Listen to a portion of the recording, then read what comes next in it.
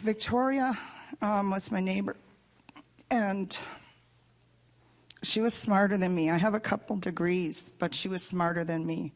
Cheryl Maloney is referring to Victoria Paul, a Mi'kmaq woman who had a stroke in a Truro, Nova Scotia jail cell in 2009.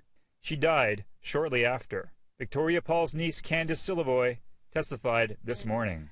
After that time, Auntie Victoria was laying in her urine with her pants down. There was a woman guard that went in and dressed her up. But then one of the guards said that it would be best for her to lay on the floor so she wouldn't fall off the bed and hurt herself again.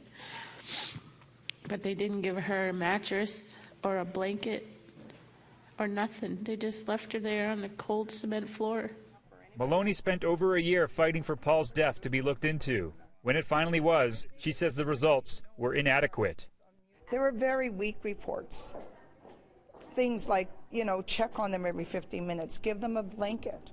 Nothing to do with the larger systemic issues in this country and this willful neglect. I'll have to just go the way it's in my heart right now.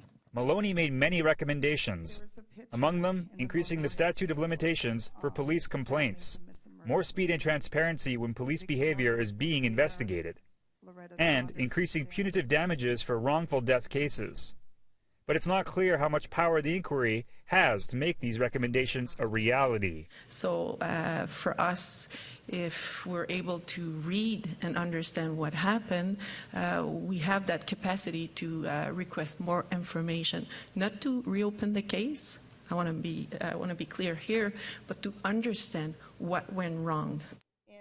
Maloney understands that the inquiry has limitations. She says it falls on everyone else to pick up the slack. For the inquiry to succeed, every province, every police force, every individual groups have to say, how can I make this inquiry work? And if we all put our collective mind to making it successful, then it will be successful. Public hearings continue here until Wednesday evening. Tom Fenario, APTN National News, Membertou First Nation, Nova Scotia.